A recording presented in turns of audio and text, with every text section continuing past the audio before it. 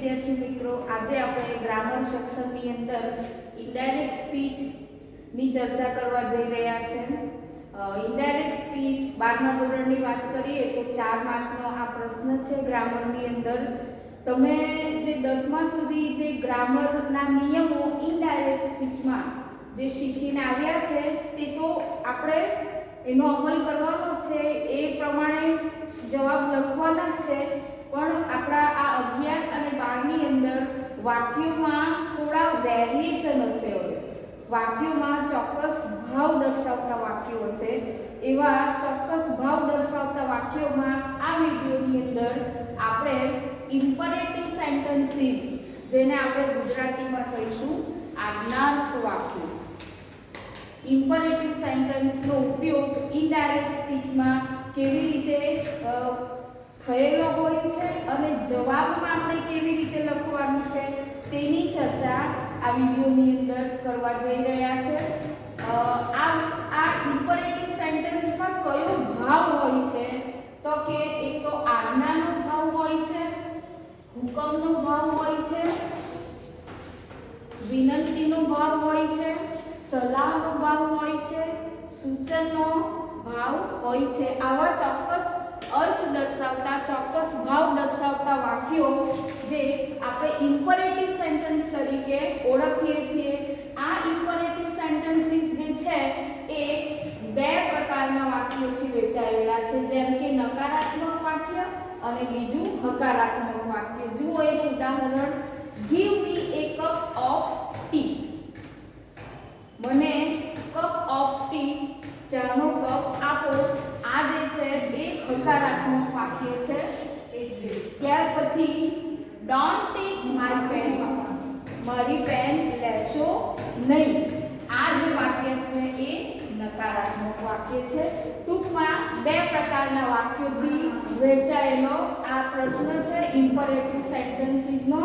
સૌથી વધારે અગત્યની બાબત આ ઇમ્પરેટિવ સેન્ટેન્સમાં શું યાદ રાખવાનું તો કે વાક્યનો ભાવાર્થ કયો છે તે જોવાનું અને રિપોર્ટિંગ વર્બ્સ અને ડાયરેક્ટ સ્પીચમાં કેવી રીતે લખવાનું આ બહુ જરૂરી છે. તમારે આ આખું એક તમારી નોટબુકમાં લખી દેવાનું છે. ઇમ્પરેટિવ સેન્ટેન્સનું આ જે મેં બોક્સ બનાવેલું છે તે જુઓ. વિનંતીનો ભાવ હોય ત્યારે જવાબમાં રિક્વેસ્ટેડ લખવાનું છે. આજ્ઞાનો ભાવ હોય ત્યારે ઓર્ડર્ડ લખવાનું છે.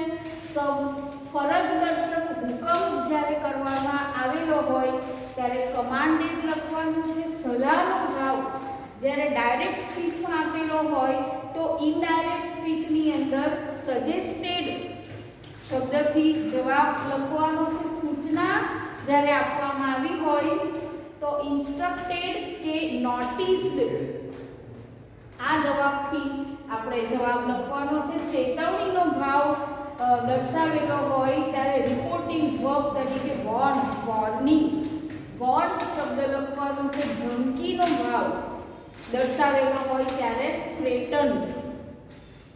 આ બોક્સ તમારે ખાસ મનમાં બેસાડી દેવાનું છે ઇમ્પરેટિવ સેન્ટેન્સની અંદર. આનાથી વધારે વિશેષ ભાવવાળા શબ્દો આવતા નથી. આ ઇમ્પરેટિવ સેન્ટેન્સીસની અંદર કેટલાક એવા ઉદાહરણ, ફક્ત એક વાક્યમાં આ કેટલાક ઉદાહરણ અહીંયા આપ્યા છે, આપણે જોઈએ.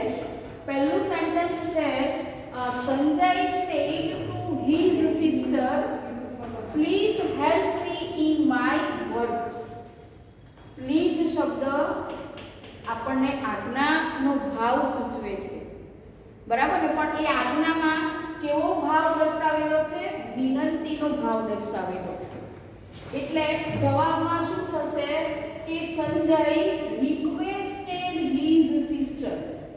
Sanjay requested his sister to help him in his work. આવ્યું રિક્વેસ્ટેડ. બીજું વાક્ય આપણે જોઈએ. The master said Raju go to the market and buy a file. માર્કેટમાં જા અને ફાઇલ લઈ આવ. કયો ભાવ છે અહીંયા? ઓર્ડર. The master order. રાજુને ઓર્ડર કર્યો માર્કેટમાં જા અને ફાઇલ લઈ આવ. તો જવાબ થશે the master ordered Raju to go to the market and buy a file. બીજું વાક્ય the commander told his soldiers go ahead. કમાન્ડરે સૈનિકોને કહ્યું go ahead આગળ વધો.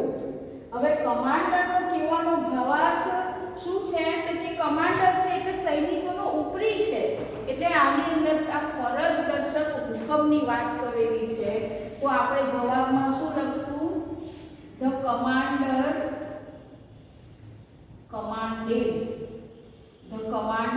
commanded his soldiers to go ahead. હુકમ કર્યો આગળ વધવાનો. આગળનું સેન્ટેન્સ જોઈએ.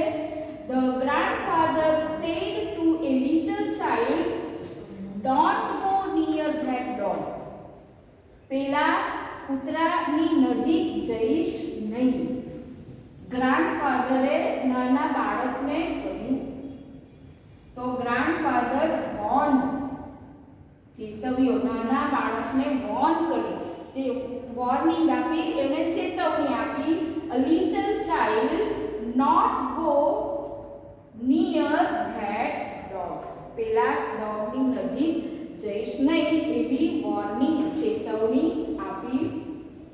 Ramlal told મક્ખનલાલ give me my money back, otherwise I will see you. રામલાલે મક્ખનલાલને કહ્યું કે મારા પૈસા ફરી પાછા આપી દો, અધરવાઇઝ શબ્દ જે છે ને એ આપણને ભાવ દર્શાવે છે. નહીં તો આઈ વિલ સી યુ, હું તમને જોઈ લઈશ. તો અધરવાઇઝ આપણને કયો ભાવ દર્શાવે છે?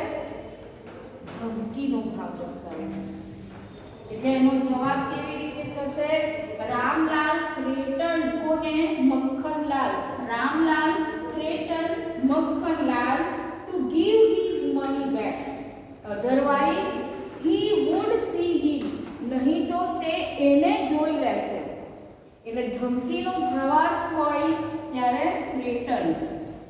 The doctor says, જો કોઈ વખત આવી રીતે આમ સામાન્ય રીતે ડબલ ઇન્વર્ટેડ કોમામાં જ આવતા હોય આવી રીતે, પણ કોઈ વખત આપણો પ્રશ્ન આ રીતે પણ પૂછાય કે ડોક્ટર સીઝ, ડોક્ટર કહે છે take rest at least a week, ઓછામાં ઓછું એક અઠવાડિયું તમે રેસ્ટ લો, as you are very ill mister Pathak.